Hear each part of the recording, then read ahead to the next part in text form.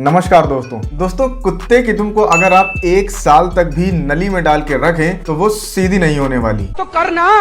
ठीक यही हाल रिपब्लिक भारत का या पूरे ही गोदी मीडिया का होता जा रहा है। रिपब्लिक भारत ने तो नीचे गिरने की सारी हदें पार कर दी हैं। मतलब दीपिका पादुकोण की गाड़ी का पीछा करने से लेकर दीपिका आगे वाली ब्लैक वाली गाड़ी हम उसी के बिल्कुल बगल में वो गाड़ी हम लगाएंगे। क्या दीपिका आप ड्रग्स लेती है?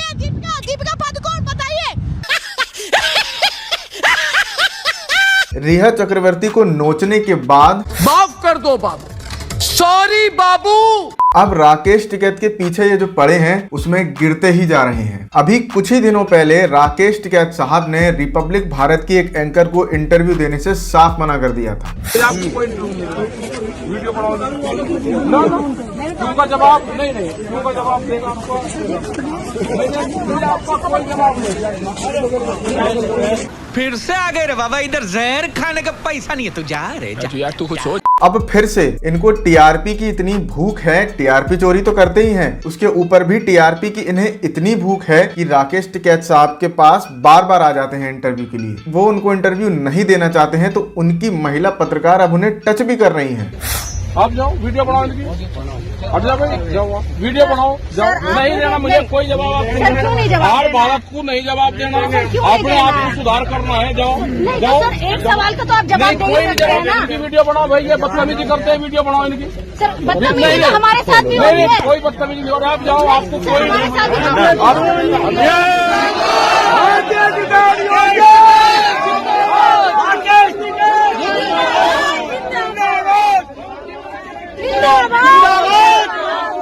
बताओ, ये बदतमीजी करती है, ये लड़की बदतमीजी करती है, फिजिकल टच करती है। गलत चीज है, गलत चीज है।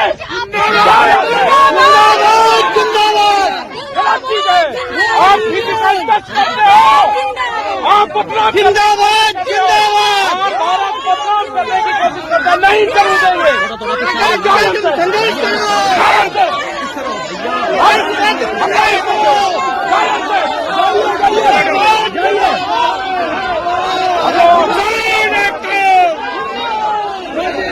और ये पहली बार नहीं है, और भी गोदी मीडिया के चैनलों की महिला पत्रकारें पहले राकेश टिकैत साहब के साथ ऐसी बदतमीजी कर चुकी हैं।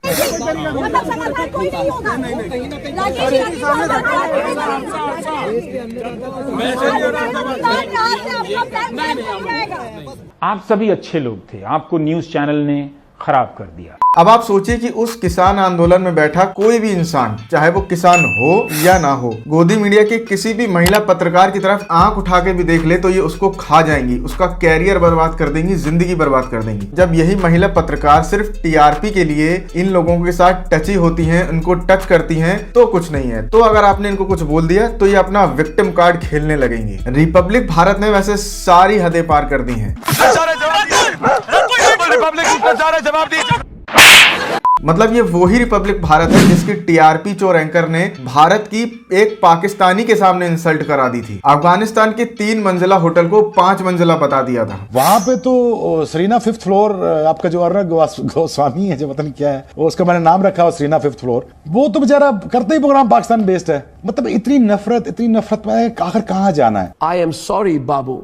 और अब वो ही काम तिहाड़ी भी कर रहे हैं, भारत की इंसल्ट कराना इंटरनेशनल लेवल पे। अभी थोड़े ही दिन पहले हमने आपको बताया था कि कैसे दुबई की प्रिंसेस ने सुधीर चौधरी उर्फ तिहाड़ी को दुबई में आने से बैन करा दिया है। अब वो ही दुबई की प्रिंसेस जब तिहाड़ी की पोल पट्टी खोलने लगी, जब दुनिया को ये बताने लगी कि वो कितना इस्लामोफोब है, इस्लाम के प्रति उसके मन में कितनी घृणा और नफरत है, तो भाई साहब एक ट्वीट के साथ सामने आए। I am not an Islamophobe, my name is Sudhir Chaudhary and I am not an Islamophobe. Some communal forces use the tag of Islamophobia to target others in the name of religion. My Abu Dhabi experience is a proof. नीचे एक letter waiter भी इन्होंने दिया। मतलब आप सोचिए कि इनको किसी देश की राजकुमारी प्रिंसेस तिहाड़ी बुला रही है। Islamophobe alert. Tihadi denies it but announces it on his DNA show.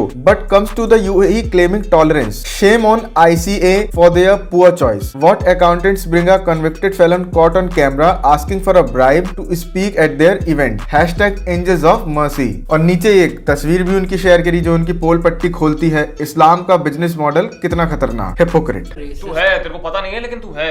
और वो दुबई की राजकुमारी आज भी सुधीर चौधरी के पीछे पड़ी हैं। उन्होंने तो यहाँ तक कि इस आदमी को हिंदू टेररिस्ट तक बता दिया। मतलब आप सोचिए कि कितनी बेइज्जती इस आदमी ने भारत की करा दी है। We should be grateful that the hypocrite that claims tolerance has opened the floodgates of hell on all his brethren by his stubborn actions. Now all of the Arab and Muslim worlds of 2 billion people will know that the Hindu terrorist exists and have cells worldwide that hate monger. अब सोचिए दोस्तों, ये किस किस्म के पत्रकार हैं भारत के जो भारत की लगातार इंटरनेशनल लेवल पर बेइज्जती कराए जा रहे हैं। बेरोजगारी, महंगाई, अर्थव्यवस्था, गिरता हुआ रुपया, इन सब की बात तो ये करेंगे नहीं। सुबह से शाम तक बस इस्लाम में ऐसा है, कांग्रेस ऐसी है, अपोजिशन ऐसा है, मोदी जी अच्छे हैं, पाकिस्तान, अफगानिस्तान, चाइना, आतंकवाद, गोला बम बारूद, बस यही बात करते रहेंगे। बाकी जनता के मुद्दों से उनका कोई लेना देना नहीं है। भारत के नजरिए से देखेंगे तो आपको पता चलेगा कि हमारे देश के मीडिया की विश्वसनीयता भी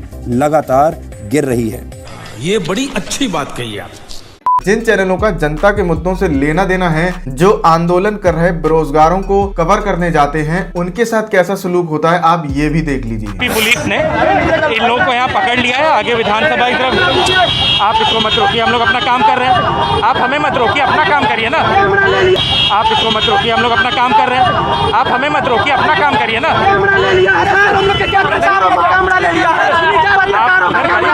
काम कर रहे हैं भाई।